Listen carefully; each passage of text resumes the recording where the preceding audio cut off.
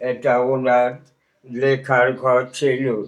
সামনে চেয়ারটা লক্ষ্য রাখুন, চেয়ারটা বসতেন।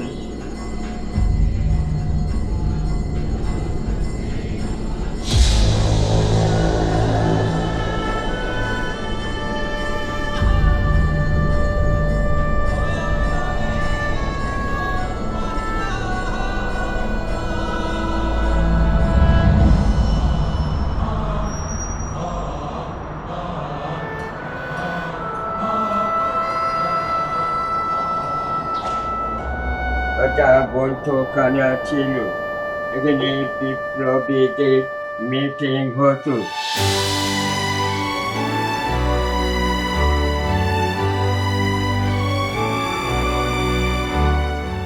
নেতাজি এসেছিলেন দুবার, রাসবিহারী বসু, বাঘা যতীন।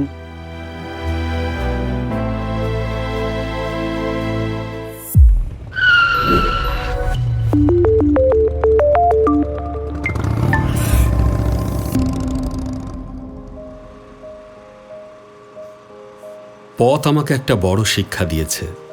পথিক বদলে যায়, কিন্তু পথ একই রকম চিরন্তন থেকে যায়।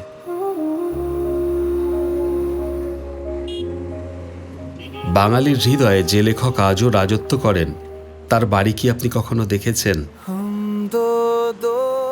আজ দুই লাস্ট বেঞ্চারকে নিয়ে আমি চলেছি রূপনারায়ণের ধারে, সেই নীরব বাড়িতে।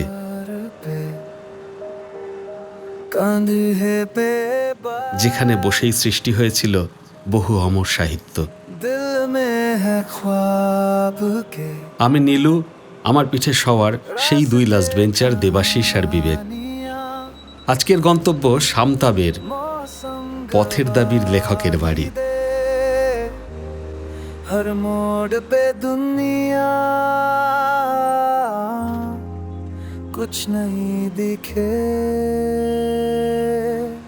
সকালটা রোদ ঝলমলে, পথও খুব বেশি দূরে নয়। হাওড়া জেলার বাগনান পেরিয়ে ঘোড়াঘাটা, তারপর দেউলটি। যদি ট্রেনে আসেন, দক্ষিণ পূর্ব রেলের দেউলটি স্টেশনে নামলেই হবে। সেখান থেকে খুব কাছেই শরৎচন্দ্রের বাড়ি।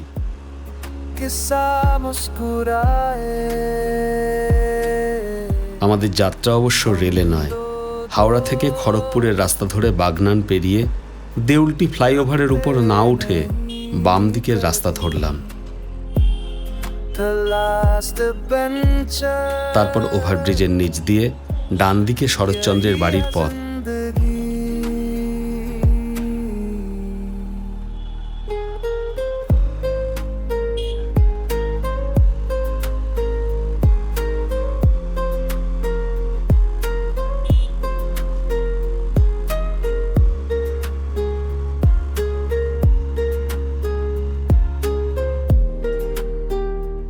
পৌঁছে গেলাম সমতাবের। জীবনের শেষ 12 বছর শরৎচন্দ্র এখানেই কাটিয়েছিলেন। তার মৃত্যুর পর তার স্ত্রী হিরণময়ী দেবীও এখানেই ছিলেন। গাড়িটা আপাতত এখানেই রাখবো। এখন এই বাড়িটা একরকম সংগ্রহশালা। একজন বয়স্ক কেয়ারটেকার আছেন, তিনি অনেক গল্প শোনালেন। দোতলা বাড়ি, পেছনে ধানের গোলা, সামনে সুন্দর বাগান, আর পাশে বয়ে চলেছে রূপনারায়ণ নদ, যার রূপ সত্যিই অনন্ত। এটা ওনার লেখার ঘর ছিল। সামনে চেয়ারটা লক্ষ্য রাখুন, চেয়ারটা বসতেন।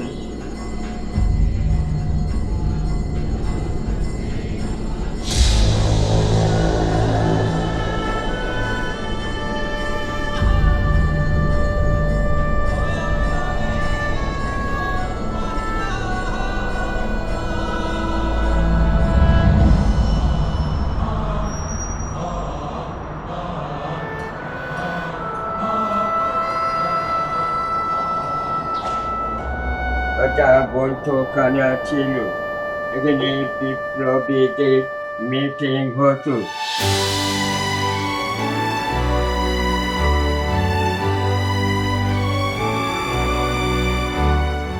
নেতাজি এসেছিলেন দুবার, রাসবিহারী বসু, বাঘা যতীন।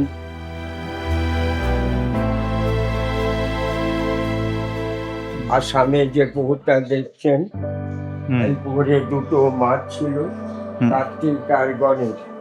ওনার ললিতপুরি ছিল। উনি যখন দুপুরে খেতে দিতেন মাছগুলোকে ডাকতেন, কার্তিকে ডাকলে কার্তিক আসতো, গণেশকে ডাকলে গণেশ আসতো। মানে ওনার একটা কার্তিক গণেশ বলতে একটা গল্পও ছিল না? গ্রামের স্মৃতিতে ছিল। আর পিয়ারে গাছটা নষ্ট গেছে, ওইটা ঠিক। আর এটা উনি চিকিৎসা করতেন হোমিওপ্যাথি, এখানে ওষুধ আছে। আর এটা জ্বরটা দেখছেন, হাওড়া জেলা কংগ্রেস কমিটি উনি প্রেসিডেন্ট ছিলেন। তখন জাতীয় কংগ্রেসে চিহ্ন ছিল চরকা।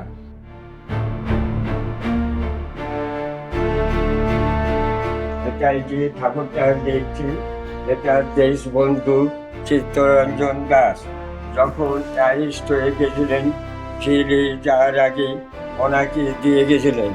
আর এই যেটা দেখছেন লক্ষ্মীর হাঁড়ি, আর পাশে ওই ওষুধের শেষে আলমারিতে।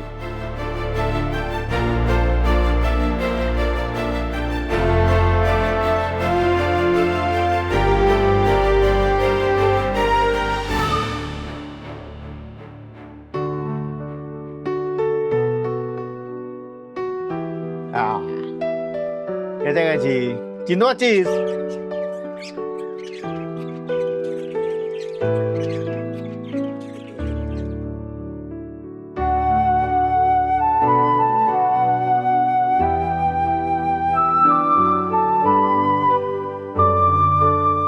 এই বাড়িতেই দেবদাস, শ্রীকান্ত আর ওনার সর্বশেষ রচনা বিপ্রদাস, এগুলোই সবই উনি এখানেই লিখেছিলেন। শেষ জীবনে উনি কলকাতায় কিছুদিন কাটিয়েছিলেন। ওনার জন্ম ছিল হুগলি জেলার দেবানন্দপুরে, কিন্তু ওনার কর্মজীবন এখানেই। লাস্ট বেঞ্চারের পক্ষ থেকে আপনাদের বলছি, এটা হাওড়া জেলার একটা অফবিট জায়গা, এখানে খুব কম লোক আসে। কিন্তু আপনারা যদি আসেন, এই মহান কথাশিল্পীর বাড়িটা দেখেন, এই পরিবেশটাকে অনুভব করেন, তাহলে বুঝতে পারবেন এখানে সাহিত্য সৃষ্টিটা ওনার পক্ষে কতটা মানে সুন্দর হয়েছে। এই জায়গাটার জন্য, এই পরিবেশটার জন্য, সেইটাকে আপনি অনুভব করতে পারবেন নিজে। আমার তো ভালোই লাগছে। গাছটা দেখিস কি সুন্দর ফুল হয়ে আছে, তখনকার দিনে ধানেগুলো দেখ কত সুন্দর করে। জায়গাটা কিন্তু খুব ভালো, নির্জন পরিবেশটা বেশ ভালো লাগছে। দিদিভাই, আপনারা কোথা থেকে এসছেন? কলকাতা থেকে। কেমন লাগছে? ভালো লাগছে? যেখানে এসেছো এই জায়গাটা সম্পর্কে মোটামুটি কিছু জানো? কোথায় এসেছো বলো? দেবাশিসের একটা অদ্ভুত গুণ আছে, সে যেখানেই যায় সেখানেই বন্ধু বানিয়ে ফেলে।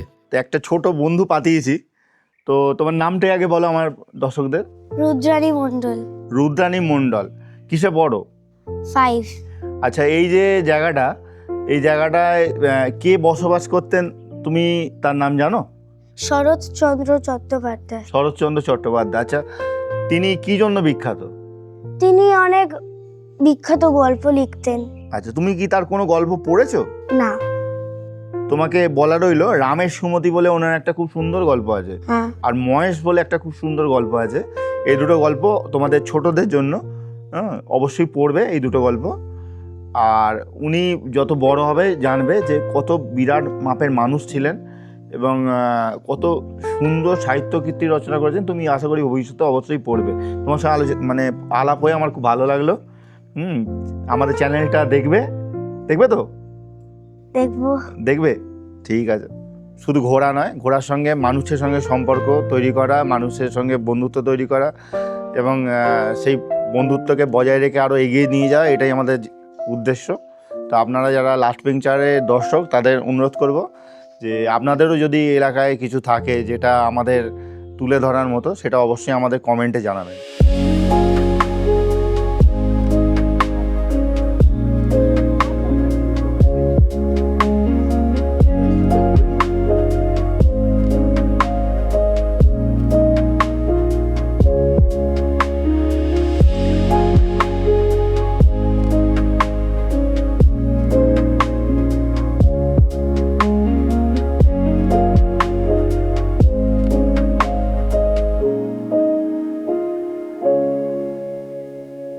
এখন আমরা চলে এসেছি রূপনারায়ণ নদীর দিকে।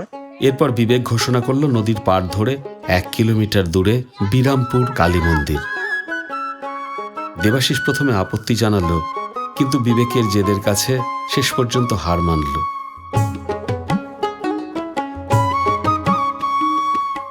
তো দেখা যায় না, চলো কত যাওয়া যায় বলো, ডান দিকে বেঁকে যাও।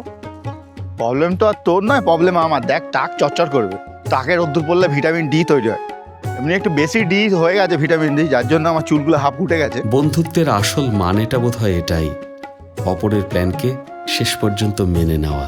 দাদা বিরামপুর কালীবাড়ি এইখান থেকে যাওয়া যাবে তো?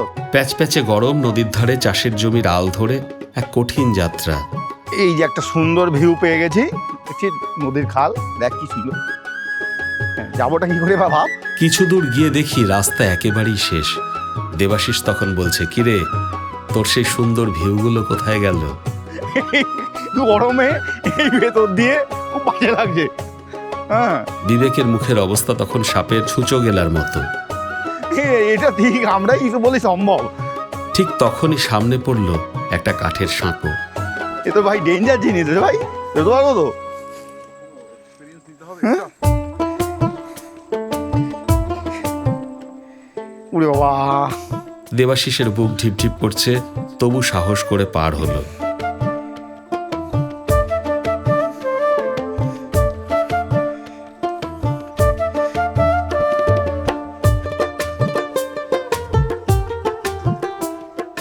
সাঁকো পেরোনোর অভিজ্ঞতা কেমন? আর বলিস তুই, খুব ডেঞ্জার। দেখেই বুঝতে পারছিস কি ডেঞ্জার জিনিস। হ্যাঁ, আমার ভাই এসব পেরোতে ভয় লাগে খুব। এইসব জিনিস ভাই কোন চ্যানেলে দেখায় রে ভাই? এই বাঁধাকপির চাষ কে দেখায়? আমরাই দেখাই, বুঝলি? আমাদের মতো লাস্ট বেঞ্চের কিছু দর্শক আছে যাদের এইসব ভালো লাগবে। দুটো হাঁস পেয়েছি, যা। পাড়ার রাস্তা ধরে পৌঁছে গেলাম বিরামপুর কালী মন্দিরে। নদীর ধারে ছোট্ট একটা মন্দির। এক সদ্য বিবাহিত দম্পতি মায়ের কাছে আশীর্বাদ নিতে এসেছেন।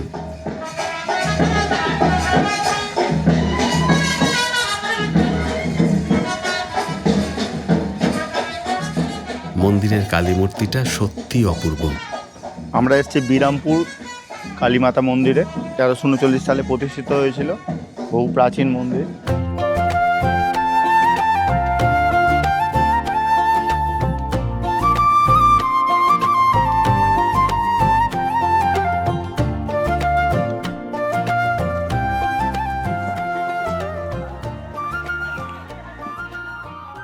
ফিরে আসার সময় হঠাৎ সামনে পড়ল একটা প্রসেশন।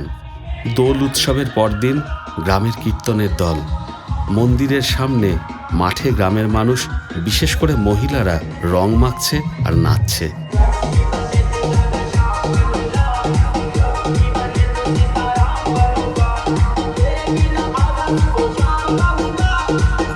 দুই লাস্ট বেঞ্চারও তাদের মধ্যে। দেবাশিস গানের তালে মাথা দোলাচ্ছে।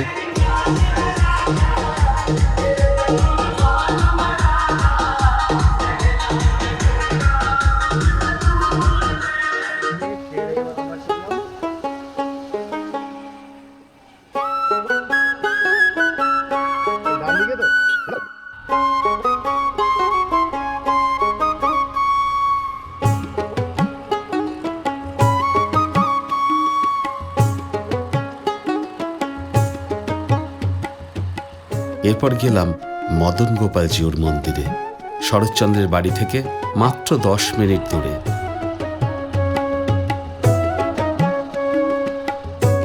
এই যে বিরাট মন্দির, এই তো 1651 সালে মুকুন্দপ্রসাদ রায়চৌধুরী এই মন্দির নির্মাণ করেন। দক্ষিণমুখী আটচালা রীতির এই ইটের মন্দিরটি পশ্চিমবঙ্গের অন্যতম প্রাচীন আটচালা মন্দির।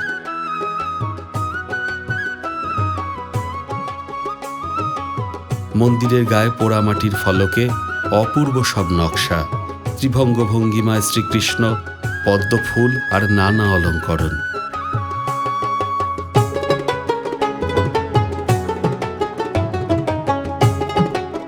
আপনারা যারা শরৎচন্দ্রের বাড়িতে আসেন তারা অবশ্যই এই মন্দিরটি একবার ভিজিট করবেন। বেশি দূরত্ব নয়, খুব জোর হলে হাঁটা পথে 15 মিনিট। এই মন্দিরটি খুব সুন্দর, পরিবেশটা ভালো লাগবে।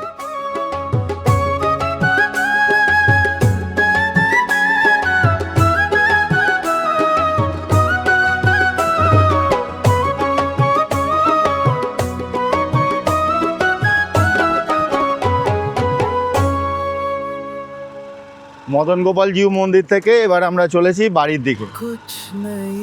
আজকের মতো শরৎচন্দ্রের বাড়ি এবং তার আশেপাশের অঞ্চলটা ঘোরা এখানেই শেষ করছি। আবার দেখা হবে পরের এপিসোডে, নতুন কোনো জায়গায়, নতুন কোনো পর্বে।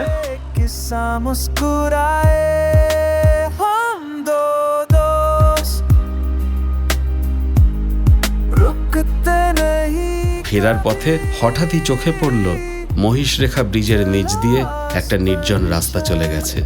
ওটা এক্সপ্লোর না করে কি থাকা যায়?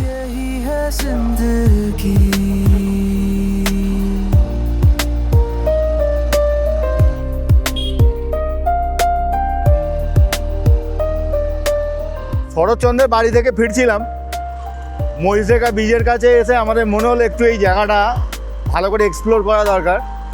তো দামোদরের পাশ দিয়ে আমরা চলেছি, ফাঁকা রাস্তা, দেখা যাক কত দূর যাওয়া যায়, যতদূর ভালো লাগে যাবো। ওপাশটা কি সুন্দর ফুলের চাষ হয়েছে, একদিকে সবুজ ধান ক্ষেত, অন্যদিকে দামোদর নদ। লাস্ট বেঞ্চাররা পথে বের হয় গন্তব্য খুঁজতে নয়, কারণ গন্তব্য একদিন শেষ হবেই। যার শুরু আছে তার শেষও আছে, মানুষের জীবনের মতো। শেষে থেকে যায় শুধু কিছু অনুভব। সেই অনুভবগুলোই আমরা আপনাদের সঙ্গে ভাগ করে নিতে চাই। আমি নীলু, আবার দেখা হবে দুই লাস্ট বেঞ্চারকে নিয়ে অন্য কোনো পথে, অন্য কোনো গল্পে। ভালো থাকবেন, সুস্থ থাকবেন।